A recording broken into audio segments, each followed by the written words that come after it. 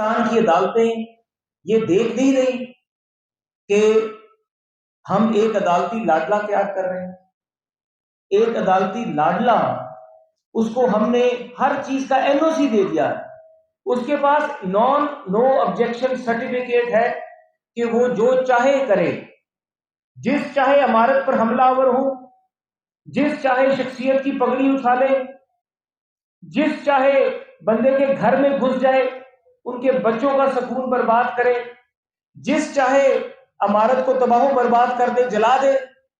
اس بندے کو ہم کوئی عدالت، کوئی بھی ادارہ ہاتھ نہیں لگا سکتا، کیونکہ وہ عدالتوں کا لاڈلا ہے۔ کاش یہ سہولت مسلم لیگ نون کے لیڈروں کو بھی میسر ہوتی 2018 سے لے کے 2022 تک۔ کاش یہ سہولت میاں نواز شریف کو بھی میسر ہوتی جب وہ لاہور ایئرپورٹ پر لینڈ ہوا تھا انتخابات سے پہلے۔ کاش یہ سہولت مریم نواز کو اس وقت میسر ہوتی جب اس کو اپنے والد کے سامنے اریسٹ کیا گیا تھا۔ جو سہولت عمران خان کو پولیس لائن میں بیٹھے عمران خان کو میسر ہوئی تھی، کاش وہ سہولت خواجہ سعد رفیع، شاہد خاقان عباسی، رانا ثناء اللہ، ان تمام لوگوں کو بھی سہولت میسر ہوتی۔ کاش وہ سہولت فریال تالپور خورشید شاہ کو بھی میسر ہوتی۔ جو عدالتی سہولت کاری اور جو عدالتی لاڈلا جو عمران خان کو جس طریقے سے لے کے جایا جا رہا ہے، میں یہ سمجھتا ہوں انتہائی احترام سے، میں اپنے پاکستان کی عدلیہ سے مخاطب ہوں اور میں خود ایک وکیل ہوں، کہ ہم ایک عدالتی دہشت گرد پیدا کر رہے ہیں۔ اگر اس شخص کو قانون توڑنے پر، قانون کو اپنے ہاتھ میں لینے پر، قانون شکنی کرنے پر، اگر اس کو عدالتوں میں جو پروسیس ہے اس کا سامنا عمران خان کو نہیں کروایا جائے گا اور اس کو تحفظ دیا جائے گا، تو یقین مانیے پاکستان میں آنے والے دنوں میں ہر جرم کرنے والا شخص عمران خان کے جو اس کو سہولت کاری اور جو برتاؤ اس کے ساتھ کیا جا رہا ہے اس سے متاثر ہوگا، اور وہ یہ سوچے گا کہ اگر عمران خان پورے پاکستان میں آگ لگانے کے باوجود بھی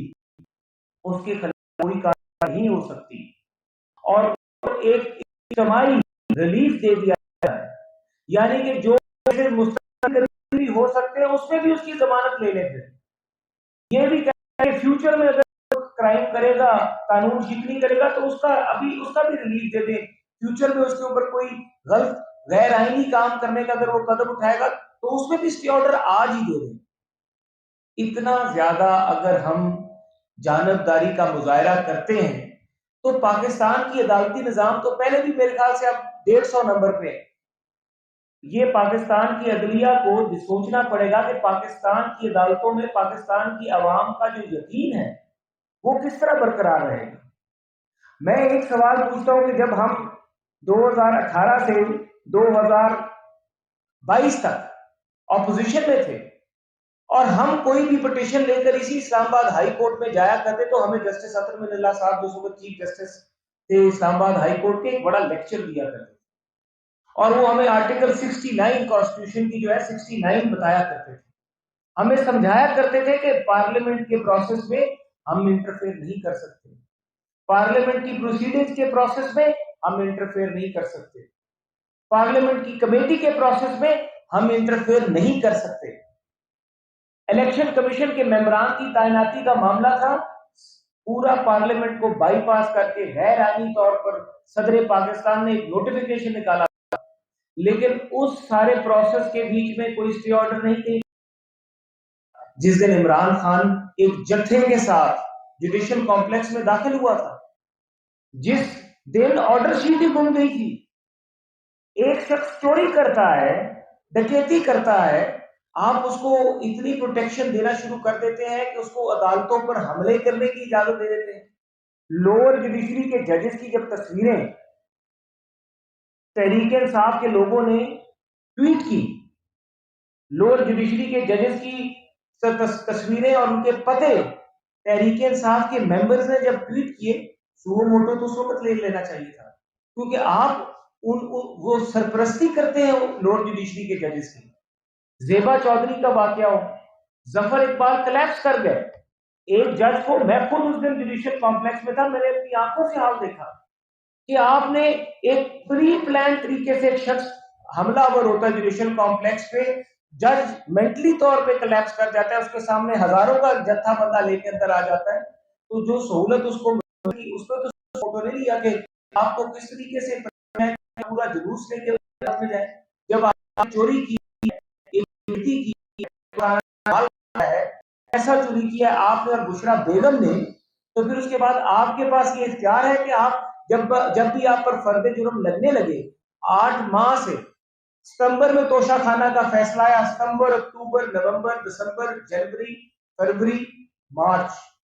8 ماہ گزر گئے.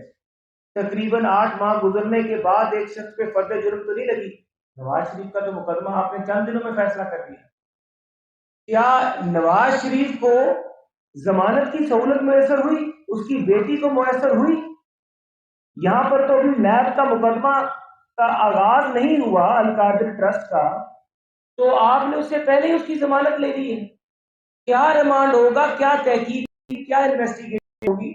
آپ توشہ کیس میں پروسیڈنگز کو روک دیتے ہیں، پروسیڈنگ کے اوپر سٹے آرڈر دیتے ہیں. تو یہ سہولت نواز شریف کو میسر کی؟